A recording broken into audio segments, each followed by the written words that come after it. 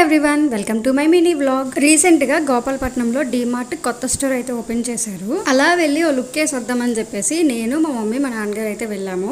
డీమార్ట్ ఒకటి, lucky shopping mall ఒకటి, ఎన్ని బ్రాంచెస్ ఉన్నా కూడా జనాలతో ఎప్పుడు కలకల్లాడుతూనే ఉంటది. మేము ఇంటి దగ్గర స్టార్ట్ అయ్యేటప్పుడే ఏమీ తీసుకోవడానికి లేవు, జస్ట్ అలా చూసి వచ్చేద్దామని చెప్పేసి వెళ్ళాము. అనుకున్నట్టే గ్రాసరీస్ దగ్గర అయితే ఏమీ తీసుకోలేదు, బిస్కెట్ ప్యాకెట్ లేస్ తప్ప. కానీ పై ఫ్లోర్ కి వెళ్ళిన తర్వాత మాత్రం ఇంకా సామాన్లు చూస్తున్న కొద్దీ అది తీసుకోవాలి ఇది తీసుకోవాలని అనిపించింది. అంటే రీసెంట్ గా మా మమ్మీ వాళ్ళు పైన ఇల్లు కట్టుకున్నారని ప్రీవియస్ వీడియోస్ లో చెప్పాను కదా, సో ఇప్పుడు షిఫ్ట్ అయిపోయారు. సో అక్కడికి కావాల్సిన కుండీలు గానీ, డస్ట్ బిన్, ఇంకెలాంటివన్నీ తీసుకున్నాం అనమాట.